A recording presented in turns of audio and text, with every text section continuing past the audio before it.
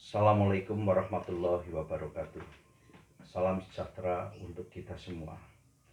Para mahasiswa yang saya cintai, saya banggakan. Pada perkuliahan yang ketiga ini, saya akan memberikan perkuliahan tentang bagaimana cara membuat metode penelitian dan teknik analisis data yang baik dan benar sesuai dengan sistematika penelitian ilmiah.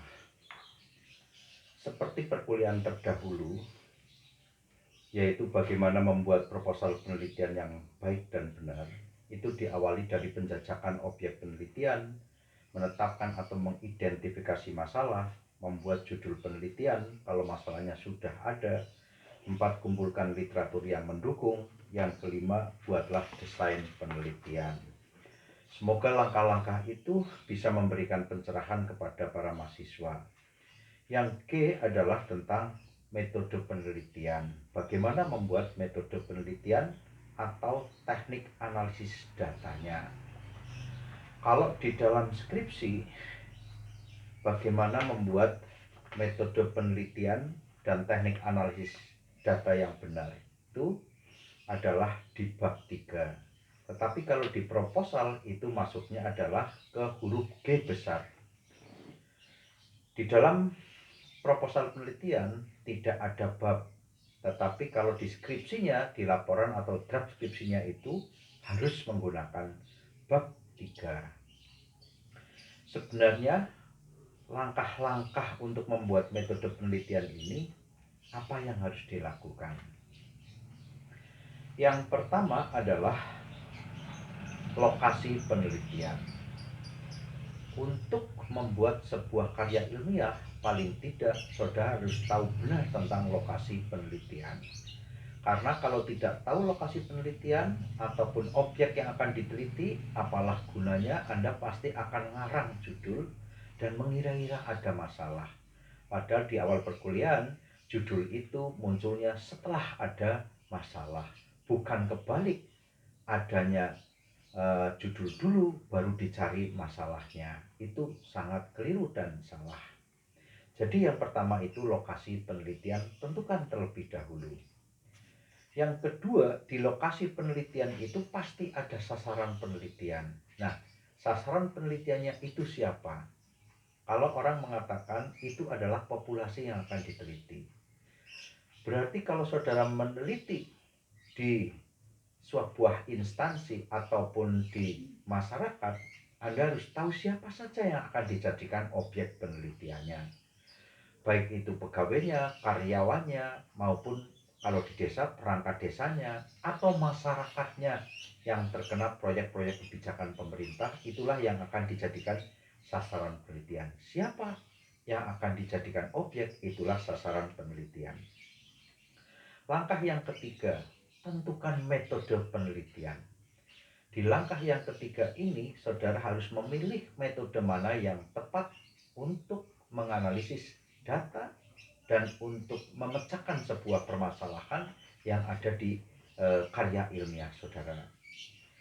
Metode penelitian itu terbagi menjadi 2, kuantitatif dan kualitatif. Namun demikian, antara kualitatif dengan kuantitatif akan Bapak terangkan pada session berikutnya, yaitu setelah ujian sisipan, dan setelah itu baru saya akan masuki kepada perbedaan antara metode kualitatif dan metode kuantitatif. Seperti lazimnya, kalau saudara menggunakan metode kuantitatif, karena kita ini adalah ilmu sosial, masuk di dalam rumpun ilmu sosial, metode penelitian, kalau kita menggunakan metode kuantitatif, lazimnya menggunakan metode survei. Kenapa metode survei? Karena kita akan meneliti sebuah populasi dengan berbagai keanekaragamannya, dan nanti kita menentukan sampel dari populasi itu, kemudian menggunakan alat wawancara dengan kuesioner untuk memperoleh sebuah data. Itu namanya metode survei. Yang kedua, kalau saudara menggunakan metode kualitatif, saudara menggunakan metode yang dinamakan kualitatif deskriptif. Artinya adalah suatu metode penelitian di mana saudara itu berusaha menggali data-data atau fenomena sosial yang hasilnya berupa kata-kata maupun tulisan-tulisan dari objek yang saudara teliti. Itulah kualitatif atau metode kualitatif. Jangan lupa, kalau kuantitatif saudara menggunakan metode survei, kalau kualitatif saudara menggunakan metode kualitatif deskriptif. Di sana ada hal-hal yang menjelaskan dan mendeskripsikan sebuah kejadian-kejadian setelah ada wawancara mendalam. Itu kalau kualitatif. Yang keempat, biasanya Anda harus menentukan macam variabel yang diteliti. Kalau metodenya kuantitatif, jelas saudara pasti akan membedakan dua variabel, yaitu variabel berbebas dan variabel terpengaruh.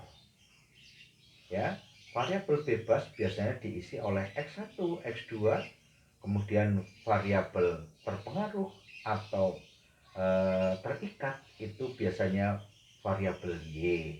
Itu kalau kuantitatif. Tetapi kalau di kualitatif itu tidak mengkategorikan sebuah variabel karena memang variabelnya hanya satu. Yang kelima, cara penetapan sampel. Kalau metodenya kuantitatif, saudara harus menetapkan teknik penentuan sampel. Di metode penelitian administrasi sudah dijelaskan ada beberapa teknik tentang bagaimana menentukan sampel. Secara global itu ada dua, probability dan non-probability. Kalau probability itu adalah kemungkinan, non-probability itu adalah tidak kemungkinan atau tidak semuanya bisa menjadi sampel. Tetapi kalau probability itu adalah kemungkinan semua bisa dijadikan sampel. Itu seperti itu. Di probability itu ada teknik-teknik, misalnya simple random sampling, kemudian ada teknik disproportional stratified random sampling, juga ada teknik tentang stratified random sampling, juga ada yang namanya cluster atau area sampling. Itu seperti itu. Nah, kemudian kalau di non probability itu memang banyak teknik-teknik yang jarang digunakan seperti kuota sampling, kemudian purposive sampling, kemudian sensus sampling, dan sebagainya. Tergantung kepada kemauan ataupun situasi kondisi populasi yang saudara teliti. Semakin homogen populasi, semakin mudahlah kita untuk menentukan teknik mana yang kita ambil. Tetapi kalau heterogen populasinya, nah kita baru menentukan ini proporsional atau tidak proporsional. Itu bisa dijelaskan di teknik pengambilan sampel. Nah, kalau metodenya kualitatif, lazimnya digunakan teknik purposive sampling dan snowball sampling. Kalau purposive sampling adalah teknik pengambilan sampel bertujuan atau hanya orang-orang yang tahu saja tentang permasalahan yang dijadikan sampel, atau orang mengatakan namanya informan. Nah, kalau di kuantitatif model atau metode teknik pengambilan sampel di kuantitatif biasanya disebut responden. Itu sampelnya disebut responden. Kalau kualitatif disebut informan. Tuh, seperti itu.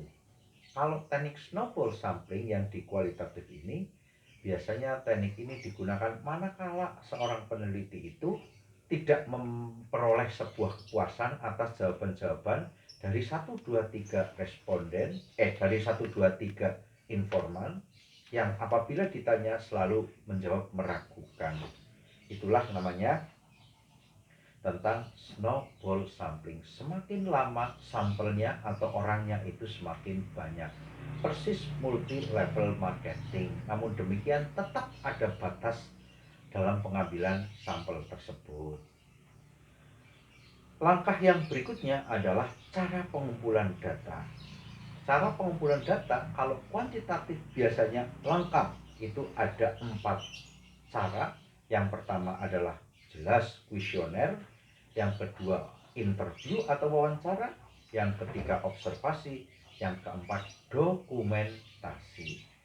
Kuesioner itu adalah merupakan daftar pertanyaan tertulis secara terstruktur yang berdasarkan pada indikator-indikator dari variabel-variabel yang diteliti. Kalau interview atau wawancara itu artinya orangnya adalah berwawancara langsung, berinteraksi langsung dengan responden. Observasi itu artinya pengamatan langsung. Kemudian dokumentasi itu adalah pendokumentasian tentang hal-hal yang terkait dengan permasalahan, seperti apa yang didokumentasi itu, struktur organisasi, aturan-aturan, undang-undang, dan cuklak-cuklak tentang prosedur ataupun tata laksana yang akan diteliti. Itu adalah dokumentasi. Kalau metodenya kualitatif, kita menghilangkan satu teknik, yaitu kuesioner. Gantinya apa? Gantinya nanti adalah pedoman wawancara yang didasarkan pada fokus kajian. Nah, ini bedanya. Sehingga kalau di kualitatif kita tidak menggunakan kuesioner, tetapi hanya menggantungkan pada wawancara mendalam atau in-depth interview saja. Itu seperti itu. Langkah yang ketujuh adalah sumber data. Nah, dari cara pengumpulan data tersebut kita akan memperoleh 2 data. Yang pertama adalah data primer, yang kedua adalah data sekunder. Data primer adalah data yang diperoleh secara langsung, biasanya melalui observasi dan wawancara. Itu seperti itu. Kalau yang kuantitatif pasti dengan kuesioner. Tetapi kalau di kualitatif dengan interview, observasi saja. Nah, itulah data primer. Data sekunder adalah data yang diperoleh secara tidak langsung. Artinya ini hanya untuk mendukung saja tentang data-data yang diperoleh setelah teknik kuesioner, teknik wawancara, kuesioner, interview, dan observasi. Nah, data sekunder ini diperoleh dengan cara dokumentasi dan observasi. Itu seperti itu. Itu namanya data primer dan data sekunder. Langkah yang ke-8 adalah definisi operasional atau kalau di kualitatif fokus kajian. Kalau di metode kualitatif, definisi operasional variabel itu adalah penting. Apa sih yang dimaksud dengan definisi operasional variabel itu? Definisi operasional variabel penelitian itu adalah membreakdown sebuah teori-teori dari para ahli dan para pakar, disesuaikan dengan kondisi atau keadaan di mana saudara mengadakan penelitian. Contohnya tentang kepemimpinan, koordinasi, motivasi, semangat kerja, itu di breakdown. Karena intinya sebenarnya kayak koordinasi, kepemimpinan itu sama, cuma kalau di dalam ilmu kepemimpinan itu biasanya harus disesuaikan dengan kondisi dan situasi di lapangan. Itulah yang namanya definisi operasional. Dari definisi operasional ini nanti di breakdown kembali menjadi indikator-indikator. Nah, indikator inilah yang nanti akan dimasukkan membantu di dalam membuat kuesioner kalau metodenya kuantitatif. Kalau metodenya kualitatif, nah dasarnya adalah fokus kajian. Di dalam fokus kajian ini yang namanya fokus itu adalah satu variabel, kemudian diterjemahkan kepada aspek-aspek, dan kemudian kepada instrumen atau item-item yang nantinya akan dijadikan dasar untuk membuat pedoman penelitian. Yang terakhir adalah analisis data dan validitas data nih ya. Analisis data analisis data ini juga tergantung kepada metodenya. Kalau kuantitatif, jelas kita menggunakan rumus-rumus statistik. Tidak mungkin kalau kita menggunakan metode kuantitatif, alat analisisnya bukan rumus statistik.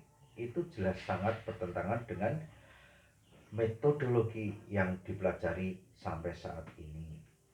Lawannya adalah metode kualitatif. Di metode kualitatif, inilasinya menggunakan dasar-dasar teori-teori terapan atau applied teori. Nah, untuk menggalinya sebuah data-data, para mahasiswa lazim biasanya menggunakan model interaktif dari Mile and Haberman.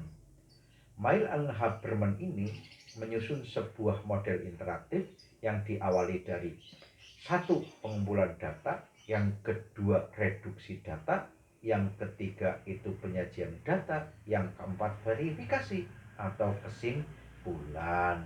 Itu seperti itu. Kalau pengumpulan data, saya kira saudara sudah tahu, tadi dijelaskan ada beberapa tekniknya: kuesioner, interview, observasi, dan dokumentasi. Kalau kualitatif, hilangkan satu kuesionernya, tidak ada. Kemudian reduksi data itu adalah penyaringan data-data kasar, namun demikian data itu masih utuh. Karena hasil wawancara itulah yang nantinya disebut dengan reduksi data. Yang ketiga adalah penyajian data. Yang namanya penyajian data itu adalah intisari dari jawaban yang dikumpulkan melalui matrik-matrik yang saudara buat sehingga jawabannya jelas.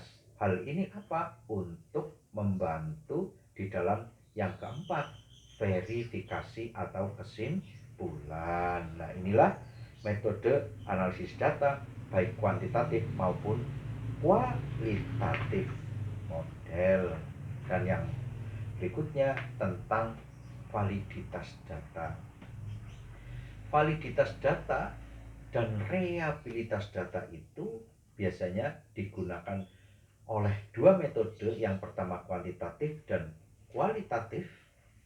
Kalau yang kuantitatif biasanya menggunakan rumus-rumus statistik untuk menguji apakah itu valid atau tidak. Ujian valid atau tidak itu sebenarnya untuk menguji tentang kuesioner, apakah itu daftar pernyataannya layak atau tidak, untuk menguji atau memberikan pertanyaan kepada para responden. Itu biasanya ada beberapa rumus. Yang pertama adalah korelasi produk momen bisa. Yang kedua adalah tentang rank Spearman. Yang ketiga itu adalah belahan ganjil dan genap. Aaron Hyatt itu untuk menguji tentang validitas data. Untuk menguji reliabilitas data ini juga ada rumus-rumus tersendiri yang untuk mengujinya. Itu seperti itu. Nah, kalau metodenya kualitatif, mahasiswa harus menggunakan ada beberapa teori yang untuk menguji tentang apa? Tentang analisis data.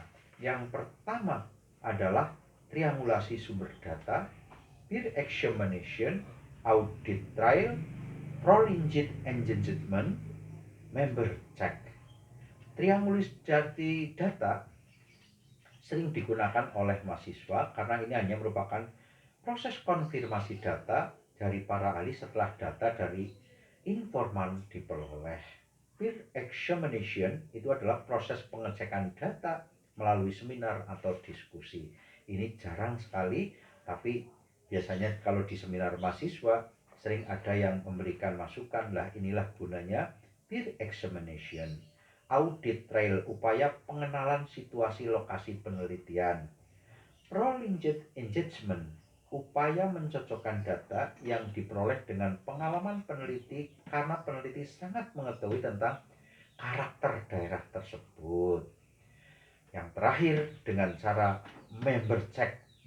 Penelitian melakukan cek interpretasi data dengan informan dari data yang diperoleh. Artinya sebenarnya ini hampir sama dengan triangulasi, namun tidak dengan para ahli, tetapi dengan informan yang bersangkutan karena jawabannya belum jelas. Nah, saya agak lupa Tadi ada beberapa rumus apabila untuk menganalisis data kuantitatif.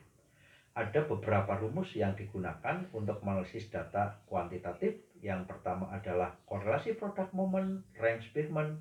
Itu semua rata-rata untuk mengetahui kuatnya hubungan antara variabel X1